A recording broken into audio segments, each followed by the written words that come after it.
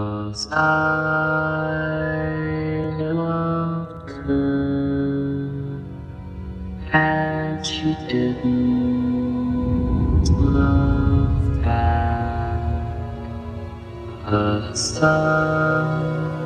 gone dim, and the sky's turned black. 'Cause I love her, and she didn't love back. Hi, Aaron. Nice to see you. Hello. So, all these explosions going on around you, did you get hurt?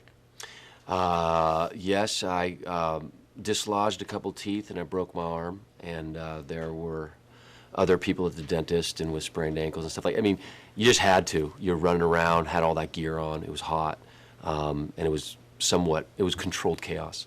You actually kept going, though. I understand. You were like the Marine. Yeah, I had to. There's a few reasons for that. One, I wanted it to be in the movie. You know, if I was going to break my arm, I wanted it to be in the movie. So I said, don't cut.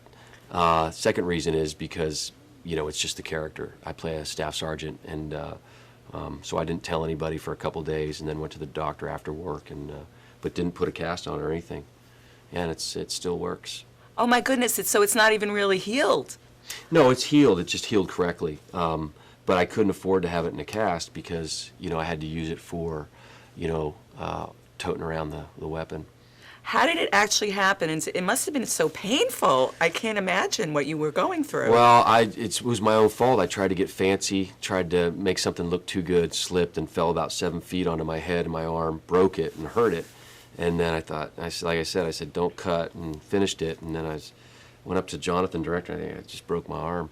But, you know, the machine, one of these things, the movies, the movie business is such a machine that you really can't afford to lose momentum. Absolutely. Will you do this again, or you've had enough of action movies? If they ask me, I'll be there. I'm waiting by the phone. How else did you sort of test your survival skills? Did you find yourself doing a little bit of that as well? In this movie, yeah. Well, you know, just trying to get in the Marine mentality. The hardest thing about this movie was commanding men. It was to get everybody to basically, you know, be in the same mindset, to be prepared for the day, to have the right equipment, to communicate, to really believe that we were under, you know, extreme threat. So it's interesting, you know, I've never been really had to lead anybody or have that sort of faux experience, and I looked at the sergeant major who was with us the whole time. I said, I don't know how you do it. This is the most exhausting, frustrating thing ever, and I'm done with it. You know, I get to go home and, you know, be by myself, but these guys these sergeant majors and lieutenants, it's just, they have to really have a hardy constitution. So how did you sort of tap into that? I went all in. I just said, I'm a staff sergeant. I looked to my sergeant major, and I just said I'm a Marine. I read voraciously about it, went on YouTube.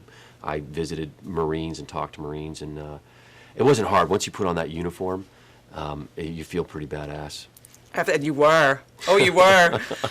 You know, I was talking to a friend. This could never happen in New York City. Do you know why? Do you have that inkling? No, tell me.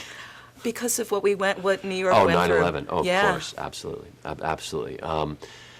Yeah, you know, in other cities in the world too. This, you know, in LA you have everybody's a masochist, so they like to see their city burn. But so it's all right. But it would never think about doing it in New York. The sun